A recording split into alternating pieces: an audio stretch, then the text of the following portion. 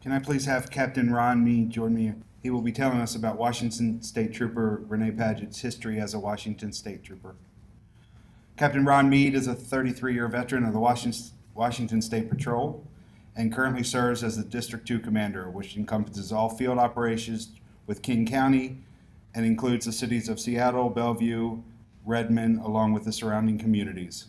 In addition to holding assignments in field operations, Captain Meade has also held assignments in communication, executive protection, technical collision investigation, civil disobedience, public information, field training officer, and overseeing child exploitation, computer forensics, and missing persons investigations. In his current assignment, Captain Meade commands 150 agency personnel serving more than 2.1 million residents of King County. King County is the home of the University of Washington, Washington State Convention Center, headquarters to Starbucks, Amazon, and Microsoft corporations, SeaTac International Airport, the Port of Seattle, along with the CenturyLink Field, T-Mobile Park, and Husky Stadium.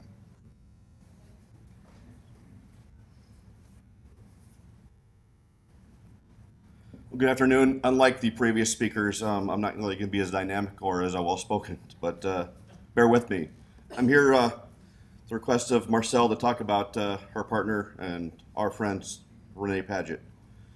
My name is Ron Meade, and I'm humbled and honored to join you here today to highlight the exemplary career and life of Washington State Patrol Trooper Renee Padgett. As early as 14 years old, Renee knew what she wanted to be, and that was a police officer. That dream became a reality on March 11, 1991, when Renee began her career as a trooper cadet with the Washington State Patrol assigned to the Gig Harbor Detachment.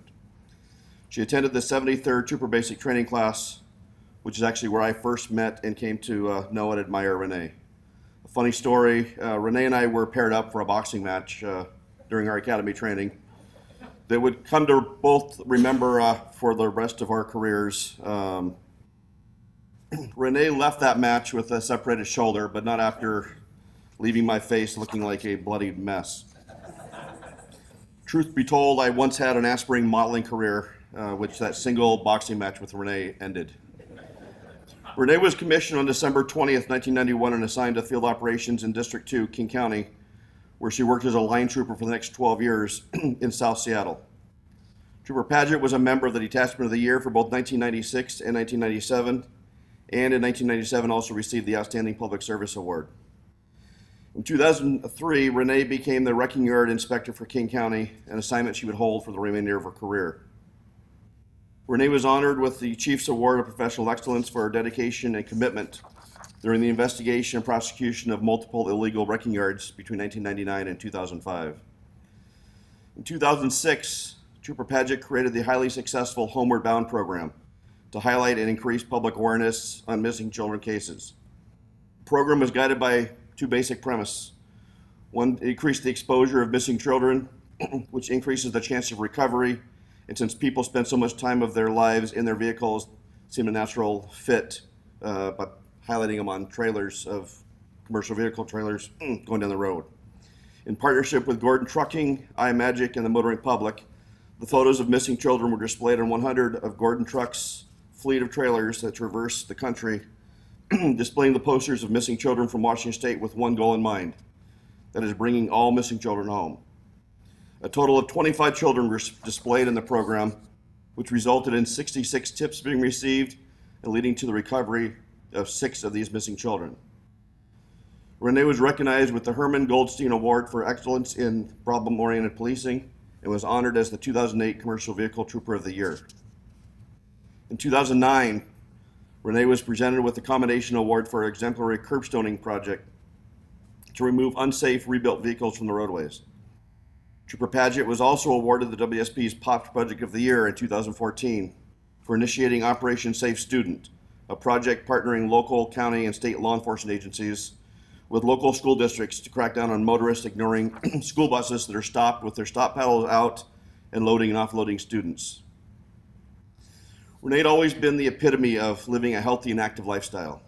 She had a healthy and balanced diet, was the embodiment of strength and good health.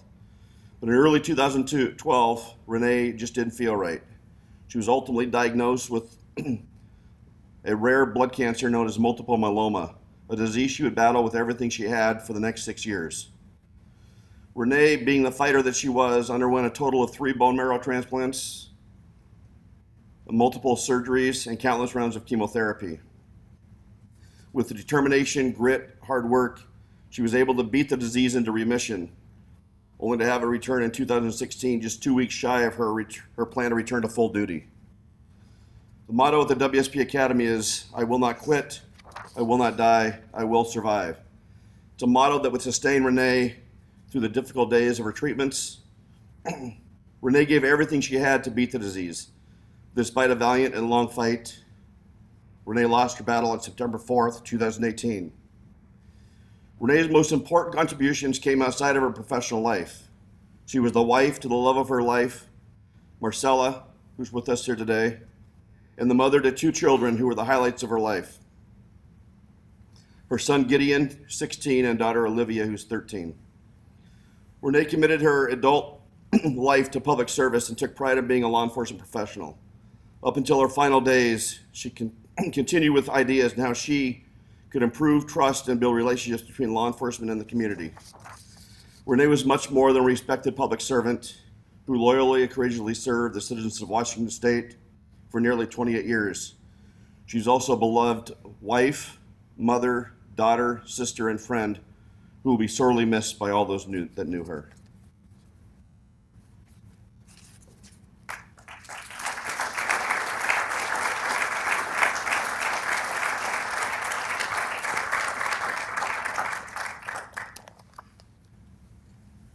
Padgett's wife, Marcella, asked if she could speak and tell their story.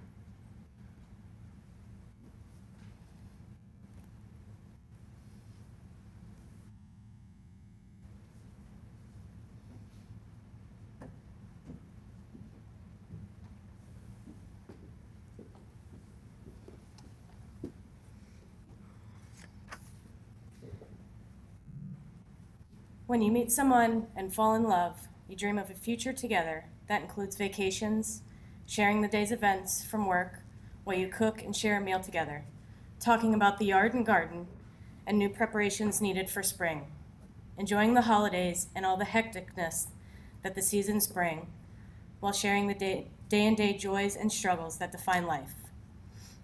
It's so amazing to have somebody to share it all with, to find that one person that fills your imperfections, that balances you out and makes you laugh, puts you and family first, and loves you with every cell of her being. That is rare. That was my wife, Renee Padgett. We met 10 years ago. I can close my eyes right now and remember every detail, including how amazing she looked in uniform. As a state trooper, she shook my hand and gave me the official, "Hi, I'm Trooper Padgett." Although her name was Renee, Padgett stuck, and that's how I referred to her. We were blessed to find each other, and our relationship started off very normal. We thrived on fun, we loved being outdoors, traveling with the kids, celebrating holidays, and cracking ourselves up. We had our own brand of humor. In fact, one year, we dressed up like the characters of Scooby-Doo for Easter. Not for Halloween, for Easter. I was Fred, she was Velma, the kids were Daphne and Scooby, and our best friend was Shaggy. Why, you may wonder? Just because it was fun, and we thought it was hilarious. That's how we lived our lives, agreeing to live life to the fullest each and every day. Unfortunately, our fun life together wouldn't last as long as we had hoped. On April 12th of 2012, Padgett was at the range qualifying for firearms. Suddenly, she fell to her knees. Her fellow troopers were worried she was struck by a ricocheted bullet or had a heart attack. She was immediately taken to the nearest ER, but doctors couldn't identify the cause of the collapse. The next month was a blur of appointments, doctor visits, specialists, more tests, and finally, on May 17th, 2012, the devastating diagnosis of multiple myeloma. Our story then became unknown and terrifying, but it also became a story of unwavering courage, strength, love, and hope for a cure. Over the next 6.5 years, Padgett endured 3 bone marrow transplants, a laundry list of chemotherapy treatments, all while working light duty for the patrol and taking care of our family. She remained committed to living in the moment and making each one of them count. In November of 2013, Padgett and I became domestic partners. In June of 2014, when the state of Washington recognized same-sex marriages, we became spouses, as all partnerships were converted to marriages. Because we never had a formal wedding, on November of 2017, Padgett and I officially exchanged vows and held a small, beautiful wedding ceremony in our home. 9 months later, on September 4th, I lost my wife to cancer. We never got to celebrate our first official wedding anniversary, but it's a true testament to what an amazing, thoughtful, compassionate woman she was when I received flowers from her on our first anniversary. In all of her pain and sickness, she was thinking of me and planning to have flowers delivered in her absence. But of course, it was equal parts joy and heartbreak. Padgett and I had very little time cancer-free. We had so much life, love, and joy during our time together. She never let her illness get her down. She never felt sorry for herself, and she always maintained a positive attitude. She tried to live each day as if she wasn't sick. We didn't have the privilege of just being normal. We celebrated most of our birthdays and holidays in hospitals or in a clinic. I miss our Seahawk football parties on Sundays, even when in isolation at the hospital. We even had an Easter egg hunt through the hospital at UW Medical Center. And I smile thinking about our last Valentine's Day, which consisted of pizza delivery as Padgett received a blood transfusion at Seattle Cancer Care Alliance. She made sure she made all these memories special. Padgett was the strongest woman I've ever met. Her smile was incredible, her laugh infectious, and her determination and positivity and inspiration. She had a huge heart and would always think of others before herself. Up until her last breath, she stroked my head, held me, and made sure I was okay. The world lost an amazing mother, a wonderful life, a dedicated trooper, a loyal friend to everyone who was lucky enough to know her. My heart will forever be broken, but as I continue to grieve and start to heal, I shall honor her by making the most of each day, by making at least one moment count. May we all strive to add a little more joy to our days and a smile to the face of others in honor of Padgett. I miss you.